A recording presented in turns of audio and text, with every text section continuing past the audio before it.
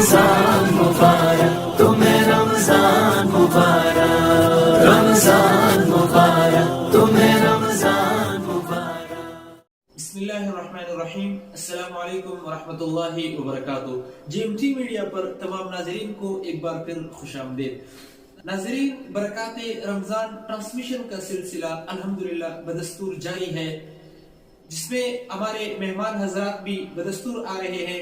آج بھی ہمیں جوائن کیا ہے ہمارے برادر کبیر حضرت مولانا مفتی طارق محمود صاحب نے۔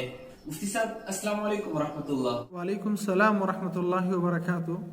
مفتی صاحب بہت شکریہ، آپ نے ہمیں جوائن کیا ہے۔ مفتی صاحب، رمضان المبارک کے حوالے سے آج کچھ مسائل پر آپ سے بات کریں گے، کیونکہ ہمارا برکات رمضان ٹرانسمیشن کا سلسلہ ہوتا ہے، اسی ہی سلسلے میں ہوتا ہے کہ اس میں فضائل رمضان وغیرہ بھی ہوتے ہیں، ہمارے ساتھ ناطقان اور قرآن وغیرہ بھی ہوتے ہیں، لیکن آج ہم نے آپ کو مدعو کیا ہے تو اس میں ہمارا آج کا جو پروگرام ہے وہ سوالات اور جوابات کے حوالے سے ہے۔ تو مجھ سے ہمارا ایک صاحب نے سوال کیا ہے کہ ایک شخص کا انتقال ہو جاتا ہے، انتقال ہو گیا ایک شخص کا، اور اس کا انتقال سے قبل وہ ہوش میں تھا، بے ہوش میں نہیں تھا، ہوشی کے عالم میں تھا، لیکن اس میں اتنی طاقت نہیں تھی کہ وہ نماز پڑھ سکتا تھا، بلکہ وہ اشارے سے بھی نماز، سر اٹھا کر اشارے سے بھی نماز نہیں پڑھ سکتا تھا۔ تو اب اس کی جو یہ نمازیں قضا ہو گئی ہیں، یا اس حالت میں اس کے کچھ روزے بھی قضا ہو گئے، تو اب کیا اس کی قضا اس پر لازم ہے، یا اس کا فدیہ اس شخص کو دینا پڑے گا؟ اس کا انتقال ہو گیا ہے، اس کی جو ورثاء ہے، اب آیا وہ اس کا فدیہ ادا کریں گے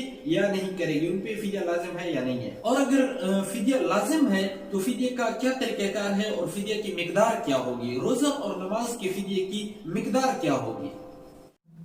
سب سے پہلے تو GMT میڈیا کا بہت بہت شکریہ کہ آپ لوگوں نے مجھے مدعو کیا۔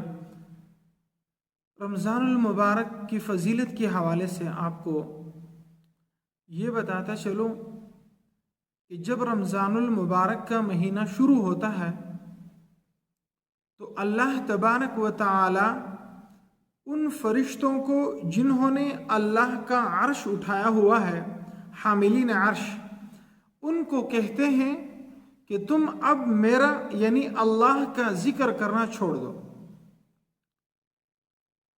وہ فرشتے اللہ کا ذکر کرتے ہیں، سبحان اللہ، الحمدللہ، لا الہ الا اللہ۔ تو وہ فرشتے سوال کرتے ہیں، الہ العالمین، اگر ہم آپ کا ذکر بھی نہ کریں تو پھر ہم کیا کریں؟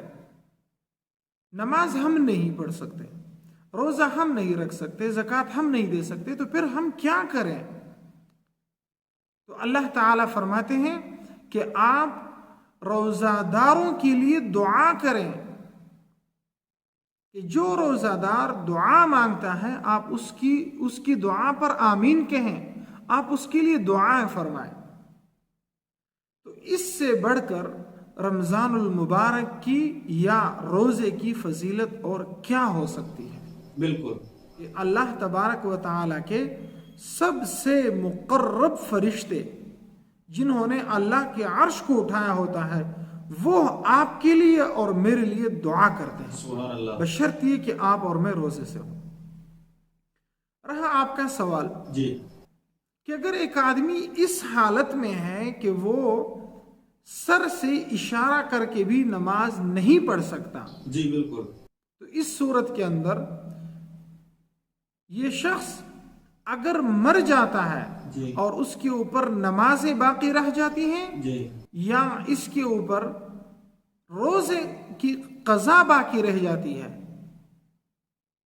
تو اس صورت میں اس شخص کے اوپر کسی قسم کا کوئی فدیہ نہیں۔ ٹھیک۔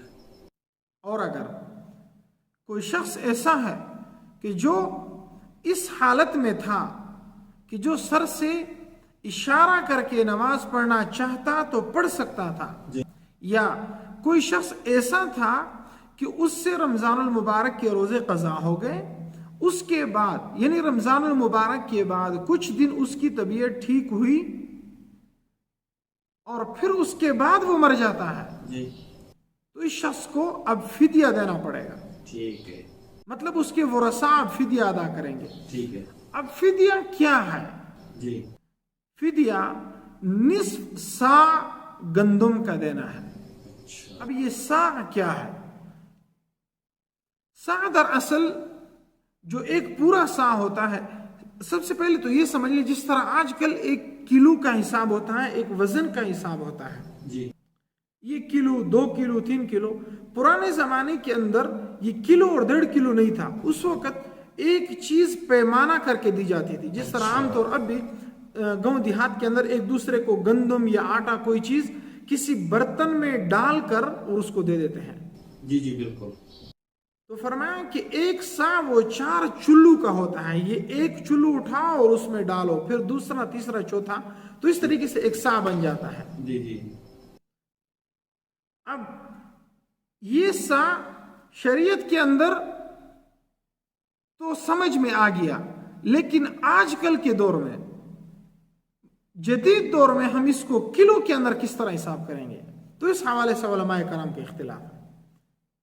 بعض علماء فرماتے ہیں یہ تقریباً 1.5 کلو بنتا ہے, اچھا, اور بعض فرماتے ہیں کہ نہیں یہ 2.5 کلو بنتا ہے, بعض فرماتے ہیں 3 کلو بنتا ہے. ٹھیک. بہرحال احتیاطاً اگر انسان 3 کلو ادا کر لے جی تو وہ شریعت کے عین مطابق ہو جائے گا, بلکہ اس سے زیادہ ہو جائے گا. زیادہ ہو جائے گا. اختلاف کیوں ہے؟ اس لیے کہ اس وقت جو چیز دی جاتی تھی وہ پیمانہ کر کے دی جاتی تھی, جی. وزن کر کے نہیں دی جاتی تھی, تو اس وجہ سے علماء میں اختلاف ہو گیا. اب چونکہ چلو ہے, اب ایک میرا چلو ہے اور ایک آپ کا چلو ہے, اس میں فرق ہے, ظاہر سی بات ہے.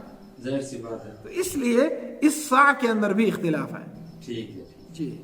اچھا مفتی صاحب, دوسرا سوال یہ ہے کہ رمضان اس کی جو نماز کی جو فدیہ ادا کیا جاتا ہے, تو آیا یہ فدیہ صرف یتیموں اور مسکینوں کو ہی دیا جا سکتا ہے؟ اور دوسری بات یہ کہ اگر ایک نماز کا فدیہ ادا کرتے ہیں تو آیا وہ ایک مسکین کو ادا کریں گے, یا ایک نماز کا فدیہ چند مساکین پر بھی تقسیم کیا جا سکتا ہے؟ اور اس کے ساتھ ساتھ اگر کئی نمازیں اکٹھی ہو جائیں تو آیا کئی نمازوں کا فدیہ ایک مسکین کو دیا جا سکتا ہے یا نہیں دیا جا سکتا؟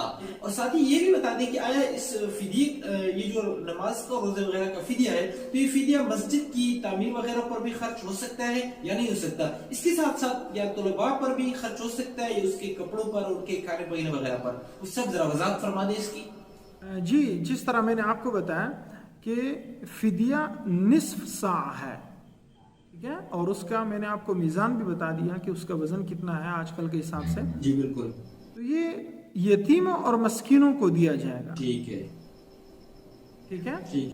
اب ایک نماز یا ایک روزے کا فدیہ جی. وہ ایک مسکین کو دیا جائے گا. ٹھیک ہے. ٹھیک ہے. یہ نہیں ہے کہ آپ ایک نماز کا فدیہ آدھا اس کو دے دیں اور آدھا اس کو دے دیں, 1 کلو 1.5 کلو دے دیں, اس سے اس کا کیا بنے گا؟ ظاہر سی بات ہے. تو کم از کم ایک فدیہ ایک مسکین کو دیا جا سکتا ہے.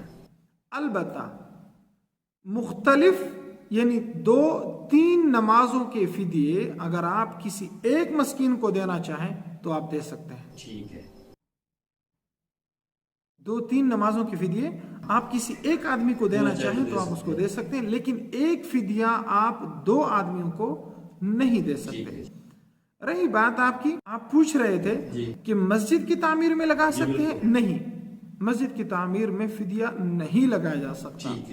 البتہ اس کا کھانا بنا کر آپ طلباء کو دے سکتے ہیں. اب اس کے اندر ایک عام طور پر ایک مسئلہ بن جاتا ہے کہ مرنے والے کے ورثاء اگر مالدار ہوں تو وہ تو سمجھ آتی ہے کہ وہ فدیہ دے دیں گے, جتنی بھی نمازیں قضا ہو گئی. اب ایک دن کے اندر 5 نمازیں ہیں تو اس حساب سے انسان حساب کرے تو ایک دن کا تقریباً 3 کلو حساب کریں گے تو 15 کلو بنتا ہے. تو اب خدا معلوم اس کا 1 مہینہ 2 مہینے ایک غریب آدمی اب کیا کرے گا؟ تو شریعت کسی کے اوپر بھی بوجھ نہیں ڈالتی. شریعت اس ہر چیز کا راستہ بتاتی ہے. اب اگر ایک آدمی غریب ہے وہ نہیں دے سکتا, یعنی اس کا اتنا بس بھی نہیں کہ وہ اپنے گھر سے نصف سا گندم اٹھا کر وہ کسی مسکین کو دے دے. وہ بھی اس نے کسی اور سے ادھار لیا, ادھار لینے کے بعد اس نے آپ کسی غریب کو دے دیا. اب شریعت کہتی ہے آپ اس طرح کریں کہ نصف سا اگر آپ نے کسی سے قرضہ لیا یا آپ نے اپنے گھر سے اٹھایا کسی کو دے دیا, اس کی ملکیت بنا دی, اس کو اس کا مالک بنا دیا. ٹھیک ہے. ایک نماز کا فدیہ ہو گیا. جی ہو گیا. اب اس نے آپ کو واپس دوبارہ تحفہ ہدیہ کے طور پر واپس کر دیا. ٹھیک. آپ نے اس کو پھر واپس کر دیا. اچھا, سمجھ آ رہی ہے نا؟ آپ نے اس کو